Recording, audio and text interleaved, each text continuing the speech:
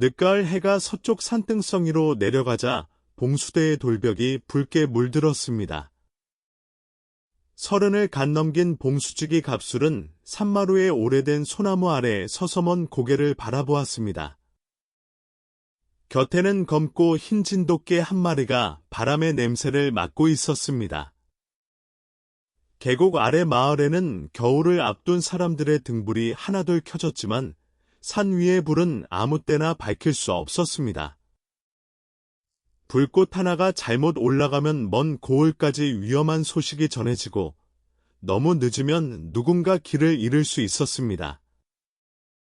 갑술은 장작의 양과 바람의 방향을 다시 확인한 뒤 작은 불씨를 올렸습니다. 하늘의 갑목은 곱게 자라는 큰 나무이고 땅의 술토는 가을을 거두어 저장하는 메마른 산과 충직한 개를 품은 양의 흙입니다.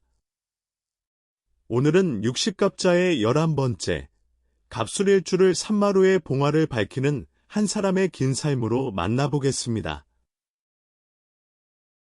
갑은 양목입니다. 어린 풀보다 하늘을 향해 굵게 자라는 큰 나무, 중심 줄기를 세우고 주변에 그늘을 내어주는 생명에 비유합니다. 술은 가을의 마지막 문턱에 놓인 양토입니다. 곡식을 거둔 뒤 지킬 것을 창고에 모으고 마을의 경계를 살피는 산과 성벽의 이미지가 있습니다. 개가 낯선 기척을 알아차리고 자기 영역을 지키듯 술토는 의리와 경계, 오래 맡은 책임을 상징하기도 합니다. 갑목이 술토를 극하는 목국토의 관계는 이상이 현실의 땅을 움직이는 모습입니다. 생각한 방향을 계획과 자원, 사람의 움직임으로 바꾸려는 힘이 생길 수 있습니다. 그러나 나무가 흙을 지나치게 밀어내면 뿌리도 설 자리를 잃습니다. 옳은 뜻이 있어도 현실의 속도와 사람의 사정을 듣지 않으면 추진력은 독단으로 보일 수 있습니다.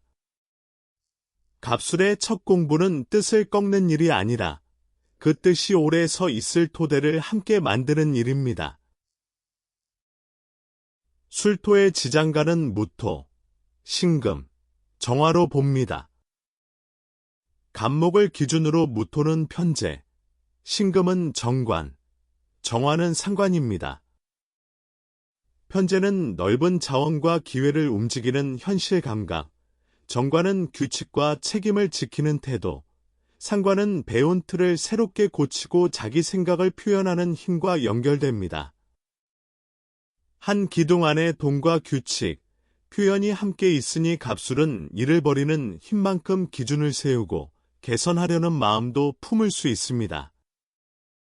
봉수대의 장작을 확보하고 신호의 순서를 지키며 낡은 구조를 더 효율적으로 바꾸는 세 가지 일이 동시에 필요한 것과 같습니다. 잘 어우러지면 기획과 운영, 영업과 관리, 건설과 기술처럼 큰 그림과 세부 책임을 함께 보는 재능이 됩니다. 반대로 상관의 직설이 정관의 규칙과 충돌하면 불합리한 지시를 참지 못하고 편재의 속도가 검증을 앞설 수 있습니다. 갑술에게 중요한 것은 규칙을 무조건 따르거나 깨는 것이 아니라 목적을 설명하고 더 나은 절차를 제안하는 일입니다. 어린 갑술은 동네 아이들이 넘어뜨린 담장을 가장 먼저 세우는 아이였습니다. 누가 시키지 않아도 돌을 주워 나르고 어린 동생이 놀림을 받으면 맨 앞에 섰습니다. 어른들은 듬직하다고 칭찬했지만 아이의 마음에는 한 가지 어려움이 있었습니다. 자신이 옳다고 생각하면 친구의 설명을 끝까지 듣지 않았고 약속을 어긴 사람에게는 다시 기회를 주기 힘들었습니다. 한번 내 편이라 여긴 사람은 오래 지켰지만 배신이라 느끼면 마음의 문을 단단히 닫았습니다. 이런 아이에게 필요한 것은 고집을 꺾는 벌이 아닙니다. 책임질 줄 아는 마음을 인정해주되 사실과 판단을 나누고 다른 방법도 같은 목적을 향할 수 있음을 경험하게 해야 합니다. 네가 지키려는 것이 무엇인지 먼저 말해보라는 질문이 도움이 됩니다. 힘이 큰 아이일수록 힘을 쓰지 않아도 해결되는 순간을 배워야 합니다. 그때 갑술의 강한 정의감은 싸움을 이기는 성격이 아니라 약한 사람도 안전하게 말할 수 있는 울타리로 자랍니다. 갑술은 소년이 되자 산 위 봉수대의 목수에게 일을 배웠습니다. 처음에는 굵은 나무를 고르면 충분하다고 생각했습니다. 그러나 스승은 좋은 기둥도 땅의 기울기와 바람의 방향을 무시하면 오래 서지 못한다고 가르쳤습니다. 갑술은 나무를 자르기 전에 돌바닥을 재고 장부에 필요한 재료와 순서를 적었습니다. 한치 어긋난 이음새가 겨울 폭풍 속에서는 큰 균열이 된다는 것도 배웠습니다. 갑술의 학습은 지식을 모으는 데서 끝나지 않고 구조와 결과로 확인할 때 깊어집니다. 목표를 정하고 필요한 사람과 자원, 위험과 마감을 함께 계산하는 공부에 강점이 나타날 수 있습니다. 상관의 개설력은 왜 이렇게 해야 하느냐고 묻고, 정관은 안전 기준을 지키며 편제는 실제 비용과 시간을 봅니다. 다만 처음부터 완성된 답을 만들려 하면 시작이 무거워집니다. 작은 모형을 세우고 시험하고 고치는 방식이 좋습니다. 갑술은 그날부터 산을 이기려 하지 않았습니다. 산의 모양을 읽어 가장 오래 버틸 자리를 찾기 시작했습니다. 성인이 된 갑술은 곱고 의리가 있으며 맡은 일을 뒤로 미루지 않는 사람으로 알려졌습니다. 말보다 행동이 빠르고 위기에는 누구보다 먼저 현장으로 향했습니다. 한번 세운 원칙과 약속을 오래 지키며 사람과 자원을 현실적으로 배치하는 힘이 나타날 수 있습니다. 겉은 단단해 보여도 마음속에는 인정받고 싶은 열정과 누군가를 지켜야 한다는 책임이 큽니다. 갑술의 장점은 이상을 구호로 끝내지 않고 일정과 예산, 구조로 바꾸는 데 있습니다. 그러나 속도가 느린 사람을 답답하게 여기거나 설명 없이 결론부터 내리면 주변은 보호받기보다 지배받는다고 느낄 수 있습니다. 자신이 옳다는 확신이 강할수록 반대 의견을 무능이나 배신으로 받아들이지 않는 연습이 필요합니다. 성숙한 갑술은 결정을 미루지 않되 결론 전에 질문할 시간을 둡니다. 원칙의 이유를 말하고 예외의 기준을 함께 정합니다. 그렇게 할 때 단단함은 벽이 아니라 사람들이 기대어 다시 일어설 수 있는 기둥이 됩니다. 갑술은 관계에서 넓게 친해지기보다 믿을 수 있는 사람을 오래 지키는 편일 수 있습니다. 어려운 일이 생기면 말없이 달려가고 한 번 한 약속은 손해가 있어도 지키려 합니다. 그래서 주변은 갑술을 든든한 사람으로 느낍니다. 하지만 마음속 충성의 기준이 상대에게 설명되지 않으면 문제가 생깁니다. 나는 이렇게까지 했는데 왜 너는 아니냐는 서운함이 쌓이고 상대의 작은 실수를 관계 전체의 신뢰 문제로 판단할 수 있습니다. 보호하려는 마음으로 대신 결정하거나 충고를 반복하면 상대는 자신의 삶을 빼앗긴 것처럼 느낄 수도 있습니다. 갑술에게 필요한 관계 기술은 해결책을 내기 전에 무엇이 필요한지 묻는 것입니다. 들어주기, 함께 정하기, 직접 돕기 가운데 상대가 원하는 방식을 확인해야 합니다. 또한 내 편이라는 이유로 잘못까지 감싸는 것은 의리가 아닙니다. 사람을 지키되 원칙을 잃지 않고 원칙을 말하되 사람을 모욕하지 않는 경계가 필요합니다. 그러면 충직함은 편 가르기가 아니라 오래가는 신뢰가 됩니다. 사랑에서 갑술은 말보다 생활로 마음을 증명합니다. 늦은 길을 데리러 가고 고장난 것을 고치며 두 사람의 미래를 위해 돈과 시간을 준비합니다.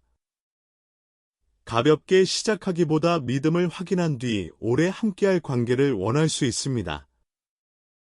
생활의 방향과 가치관을 나누고 서로가 맡은 몫을 성실히 지키는 사랑에서 편안함을 느낍니다. 그러나 책임지는 행동만으로 감정 표현이 모두 전달되지는 않습니다. 힘들어도 괜찮다고 말하고 혼자 해결하면 상대는 마음 안으로 들어갈 길을 찾기 어렵습니다. 보호가 강해지면 상대의 선택을 대신하거나 충고가 대화보다 많아질 수 있습니다. 좋은 사랑은 두 사람이 같은 방향을 보대한 사람이 모든 지도를 쥐지 않는 관계입니다. 갑술은 해결해 줄까, 그냥 들어줄까라고 물을 수 있어야 합니다. 서운함이 분노로 굳기 전에 두려웠던 마음과 바랐던 것을 솔직히 말해야 합니다. 단단한 사람이 약한 마음까지 보여줄 때 사랑은 의무가 아니라 함께 쉬어가는 집이 됩니다. 어느 겨울 전 서쪽 고개에 큰 폭풍이 몰려왔습니다. 낡은 봉수대의 돌벽이 무너지고 산 아래 사람들은 각자 다른 길을 주장했습니다. 갑술은 처음에 가장 빠른 길로 모두를 움직이려 했습니다. 그때 늙은 짐꾼이 바람이 바뀌는 골짜기를 알려주었고 어린 목수는 새로 만든 이음새가 추위에 약하다고 말했습니다. 갑술은 지휘를 멈추고 두 사람의 말을 들었습니다.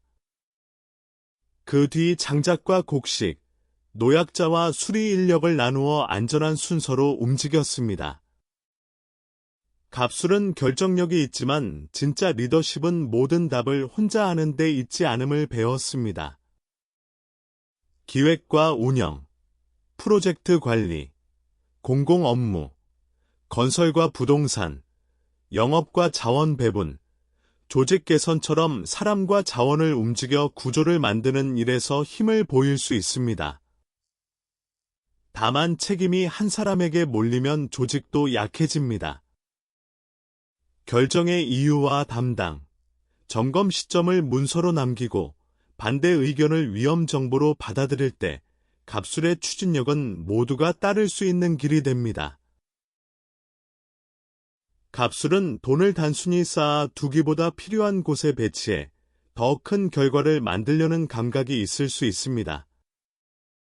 현재의 기호는 기회와 사람, 자원을 넓게 보고 장기 자산이나 사업, 공간과 설비처럼 실제 기반에 관심을 갖게 할 수 있습니다. 쓸 때는 크게 쓰고 지켜야 할 몫은 단단히 묶어 두려는 경향도 나타날 수 있습니다. 그러나 확신이 강하면 검증 전 큰 결정을 내리거나 가족과 동료의 사정을 책임지느라 자신의 안전 자금을 소모할 수 있습니다. 의리로 빌려준 돈이 관계의 분노가 되는 일도 조심해야 합니다. 갑술의 재물 관리에는 큰 결정을 작은 단계로 나누는 방식이 좋습니다. 먼저 시험할 금액과 철수 기준을 정하고 현금 흐름과 장기 자산을 분리하며 도움과 투자의 경계를 문서로 남겨야 합니다.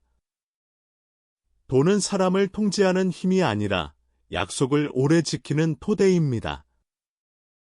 무엇을 위해 버는지 분명할수록 갑술의 현실 감각은 과감함과 안정성을 함께 갖춥니다.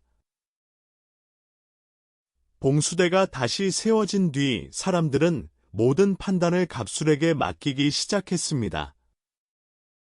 갑술도 자신이 놓으면 일이 무너질 것이라 믿었습니다. 그는 다른 사람의 장작 쌓는 법을 고치고 순찰 시간과 말투까지 지시했습니다. 어느 밤에는 충분한 확인 없이 큰 불을 올리려 했고 곁에 개가 짖어 바람이 계곡 쪽으로 바뀐 것을 알렸습니다. 갑술의 그림자는 독단, 직설적인 비판, 과잉 책임, 분노를 오래 참다가 한꺼번에 터뜨리는 모습으로 나타날 수 있습니다. 옳은 목적이 모든 방법을 정당하게 만들지는 않습니다. 이때는 지금 지키려는 목적, 실제로 확인된 위험, 다른 사람이 선택할 몫을 세 칸으로 나누어 적는 것이 좋습니다. 반대 의견을 결정을 방해하는 소음이 아니라 놓친 정보를 찾는 과정으로 정해야 합니다. 도움을 맡긴 뒤 결과가 아니라 점검 시점만 합의하는 연습도 필요합니다. 봉화는 높이 있다고 혼자 타는 불이 아닙니다. 멀리 있는 다른 불과 정확히 이어질 때 비로소 길을 지킵니다. 감목에게 술토는 12운성으로 양의 자리에 해당합니다. 양은 어린 생명이 보호받으며 다음 단계에 힘을 기르는 모습에 비유하는 전통적 단계명입니다. 무조건 좋은 일이나 나쁜 일을 예언하는 말이 아니라 돌봄과 준비, 계승의 의미로 이해하는 것이 안전합니다. 갑술은 겉으로는 이미 큰 나무처럼 책임을 지지만 안쪽에서는 누군가의 인정과 안전한 기반을 필요로 할 수 있습니다. 잘 쓰이면 사람과 조직을 키우고 후배에게 기술과 기준을 전하며 오래갈 제도를 준비합니다. 불안정하면 돌봄을 통제로 바꾸거나 모든 사람을 책임져야 한다고 느낄 수 있습니다.